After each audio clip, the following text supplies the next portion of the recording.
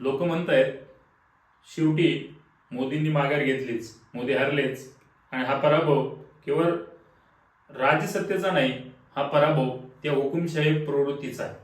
खरं तर मित्रांनो, गेल्या काही काळापासून सरकारला हरवणंच अशक्य झालंय, मोदींना हरवणंच अशक्य झालंय, अशा चर्चा अशा वर्गानं विरोधाकडून केल्या जायच्या. मग ते ईव्हीएम असेल, अजेंडा मेकिंग असेल, न्यूज चॅनल असेल, अशा विविध माध्यमातून मोदींनी या देशावरती मजबूत पकड बनवली, जेणेकरून कोणालाही त्यांना पराभव त्यांचा करणं शक्य होत नाही. यामुळं कुठंतरी मोदींकडे एक अशी पॉवर निर्माण झाली की त्या पॉवरच्या माध्यमातून त्यांनी या देशामध्ये 12 वर्षात कुठल्याही मंत्र्याचा राजीनामा त्यांच्या लोकांच्या आग्रह खातर त्या ठिकाणी घेतला नाही. त्यांनी अनेक वेळा खांदेपालट केली, या मंत्र्याचं खातं काढून त्या मंत्र्याला दिलं, अनेक वेळा बरेच मंत्री रिटायर करून नवे मंत्री त्या ठिकाणी नियुक्त केले. अशा घटना या सरकारच्या काळामध्ये अनेक वेळा घडल्या, परंतु असं घडलं नाही एखादं आंदोलन उभं राहिलं, विरोधी पक्षाने मागणी केली आणि म्हणून त्यांच्या मंत्र्यांना राजीनामा द्यावा लागला. या काळामध्ये अशी घटना झाली की कॉक्रोच जनता पार्टी नावाची एक पार्टी, एक चळवळ उभी राहिली आणि या चळवळीनं या देशाला एक नवा विचार त्या ठिकाणी दिला. खरं तर हा विचार काही जुना नाही, लोकशाहीची बीजच या विचारामध्ये आपल्याला बघायला मिळतं. कारण लोकांनी लोकांसाठी चालवलेले राज्य म्हणजे लोकशाही. मग लोकशाही म्हणायचं कशाला? लोकांनी लोकांचे प्रतिनिधी नेमून त्यांच्या प्रतिनिधींमार्फत त्यांच्या समस्या सोडवणे, हा त्याचा सरळ आणि साधा अर्थ. आता काळामध्ये झालं काय, या काळामध्ये सत्ता ही इतकी निरंकुश झाली की आम्ही लोकांसाठी आमच्या पद्धतीनं सरकार चालू, असं ते म्हणायला लागले. आणि म्हणून खरं तर या माध्यमातून या गोष्टी उदयाला आल्या आणि या हुकुमशाही प्रवृत्तीला कुठंतरी आळा बसला पाहिजे, असं विरोधकांचं म्हणणं असायचं. कारण विरोधात ज्या ज्या पक्षांनी कंबर कसली त्या पक्षांना राजकारणामध्ये पराभव त्या ठिकाणी स्वीकारावा लागला. पराभवानंतर मग अनेक कारण, काँग्रेस, राष्ट्रवादी असेल, आप असेल, तिकडं बाकीचे पक्ष असतील, आणि नुकताच पश्चिम बंगालमध्ये तृणमूल काँग्रेसचा दारुण पराभव झाला. या पराभवानंतर मोदी हे जणू अजिंक्यच बनले आणि त्या अजिंक्य बनलेल्या मोदींविरोधात त्या ठिकाणी कुणी बोलायला तयार नव्हतं. त्या काळामध्ये या सीजेपीनं आंदोलन उभं केलं. प्रश्न होता विद्यार्थी चळवळीचा, पेपर फुटीचा. खरं तर या देशामध्ये पेपर फूट काही नवीन आहे का? तर नाही. 2015 पासून जवळजवळ 138 पेक्षा जास्त वेळा पेपर फुटी आणि या प्रकारच्या घटना भारतामध्ये घडल्या. या आधी सुद्धा जवळजवळ 70 ते 80, 2015च्या आधी सुद्धा 70-80 वेळा पेपर फुटी झाली. 15 नंतर हे आकडा जवळजवळ दुप्पट झाला. फक्त काँग्रेसच्या काळामध्ये पेपर फुटला नाही किंवा बीजेपीच्या काळामध्ये फुटला नाही असं म्हणणं चुकीचं आहे. कारण नुकतंच कर्नाटकमध्ये सुद्धा 10वीचा पेपर लीक झाला जानेवारी 2026 मध्ये, आणि आपमध्ये 13 लाख रुपये घेऊन त्या ठिकाणी मोठा स्कॅम पेपर फुटीचा नुकताच घडलाय. म्हणजे पेपर फुटी ही सर्वच राज्यवटींना लागलेली किडच आहे असं म्हणायला हरकत नाही. यानुसार जर पाहायला गेलं तर आज हे जे आंदोलन उभं राहिलं, हे आंदोलन सरकार विरुद्ध होतं, मोदी विरुद्ध होतं किंवा आणखी कुणाविरुद्ध होतं असं म्हणणं चुकीचं आहे. कारण नीट ही परीक्षा त्या ठिकाणी देशभरासाठी घेतली जाते. जवळजवळ 10 लक्षहून अधिक विद्यार्थी या परीक्षेला बसतात आणि परीक्षा त्या ठिकाणी देतात. परीक्षा देण्यासाठी काही लोक त्या ठिकाणी वर्षभराचा गॅप घेतात, कोचिंग असते, फी असते आणि आणखी राहण्या खाण्याचा खर्च, म्हणजे जवळजवळ एका विद्यार्थ्यावरती या परीक्षेसाठी 2-2, 5-5, 10-10 लाख रुपये खर्च त्यांचे आई वडील करतात. 12वी नंतर आयुष्याला एक महत्वाचा टप्पा म्हणून पाहिलं जातं आणि म्हणून या काळामध्ये झालेली पेपर फूट ही तुमच्या आमच्या प्रत्येकाच्या मनाला लागून गेली. कारण हा प्रश्न होता भविष्याचा, हा प्रश्न होता अधिकाराचा आणि हा प्रश्न होता व्यक्तीला त्या ठिकाणी मिळणारी, राज्यघटनेमध्ये जे सांगितलं की व्यक्तीला समान संधी, आणि या समान संधीचा प्रश्न होता. कारण जर पेपर फूट झाली तर संधीची समानता राहत नाही. संधी मिळते ती कुणाला? पैशावाल्याला, खरेदी घेणाऱ्याला.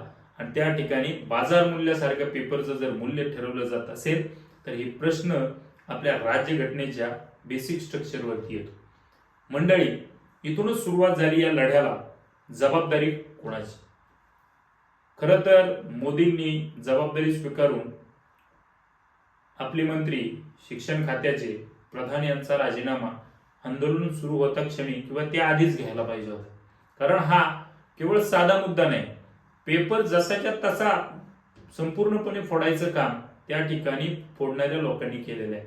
कारण 720 पैकी 720 मार्क काही विद्यार्थ्यांना आले. मग हे होतं कसं?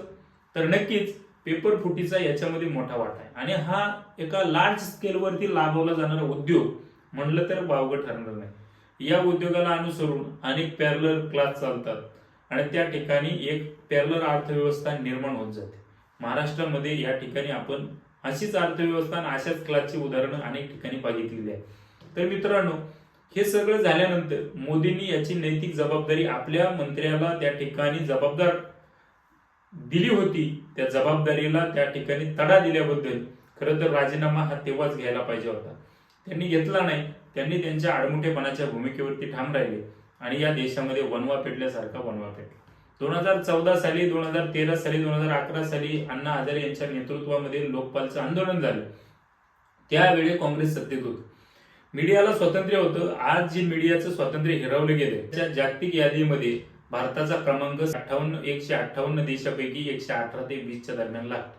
म्हणजे आपण कुठं चाललो? त्यावेळेस भारताची तुलना चीन, जपान, रशिया यांसारख्या देशांशी व्हायची. आज भारताची तुलना कोणाशी होते? पाकिस्तान, बांगलादेश, नेपाळ आणि म्यानमार. म्हणजे आपलं अवमूल्यन होत चाललंय. रुपयाची किंमत 66 रुपयावरून ती 96 रुपये, 100 रुपयाच्या दरम्यान जाताना दिसते. म्हणजे झालंय काय हे प्रत्येक नागरिकांना समजून घ्यायला पाहिजे. तसंच या मीडियाच्या स्वातंत्र्याच्या बाबतीत आहे. अण्णा हजारेंच्या आंदोलनाला मीडियाने इतकं कव्हरेज दिलं की त्या काळी असणारी काँग्रेसची राजवटच लोकांनी उलथून टाकली. मंडळी, अशीच परिस्थिती आता होती की काय असं बऱ्याच विरोधकांना वाटत होतं, परंतु ती अशा फोल ठरली कारण न्यूज मीडिया त्याच्याकडे फिरकलाच नाही. मग झालं हे की ही चळवळ या देशातल्या सर्वसामान्य माणसांना हातात घेतली. त्या माणसाने सोशल मीडियाचा इतका प्रभावी वापर केला की ही चळवळ देशाच्या कानाकोपऱ्यात पोहोचली. महाराष्ट्रात नाही तर देशात सर्वदूर पसरली. औरंगाबादचा अभिजित दिपके या देशाचा हिरो बनला आणि इथूनच सुरुवात झाली या चळवळीच्या यशाची, जबाबदारी ठरवण्याची.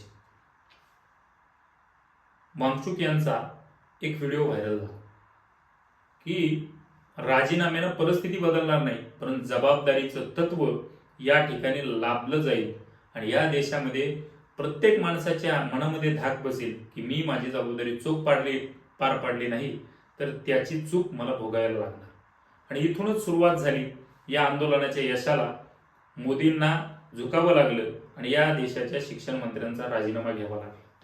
राजीनाम्यानं प्रश्न सुटणार नाही हे नक्की, परंतु या व्यवस्थेमध्ये धाक निर्माण झाला, या हुकुमशाही प्रवृत्तीमध्ये धाक निर्माण झाला की कोणाचाही राजीनामा मी घेणार नाही असं म्हणणारे मोदी आज त्यांच्याच एका मंत्रिमंडळात त्या मंत्र्याचा राजीनामा घेत आहेत. निश्चितच तो घ्यायला पाहिजे, कारण देशाच्या प्रत्येक नागरिकाला पडलेला प्रश्न आहे की लोकांचं राज्य म्हणजे लोकशाही. जर तुम्हाला लोकांनी सत्तेवर बसवले तर लोक म्हणतील त्यावेळी तुम्ही उतार व्हाल. पण जर तुम्ही चुकीचं करत असाल तर लोकशाही मार्गाने तुम्हाला त्या ठिकाणी जाब विचारला जाऊ शकतो. या माध्यमातून CJPनं हेच साधले.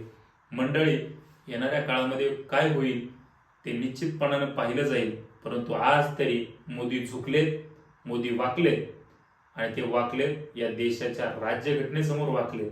कुणाही एका व्यक्तीसमोर नाही, कुणा एका पक्षासमोर नाही, तर या देशाच्या सर्वोच्च मानल्या जाणाऱ्या राज्यघटनेपोटी या लोकांसाठी त्यांनी माघार घेतली.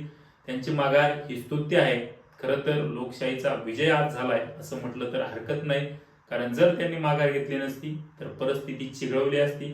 विरोधी पक्षाने याच्यामध्ये आपला अजेंडा रेटायचा प्रयत्न केला असता आणि त्या सर्वसामान्य विद्यार्थ्यांना याची किंमत मोजावी लागली असती. गुन्हे त्यांच्यावरती दाखल झाले असते आणि आयुष्यभर त्या ठिकाणी त्या गुन्ह्यांचा डाग घेऊन त्यांना जगावं लागलं असतं.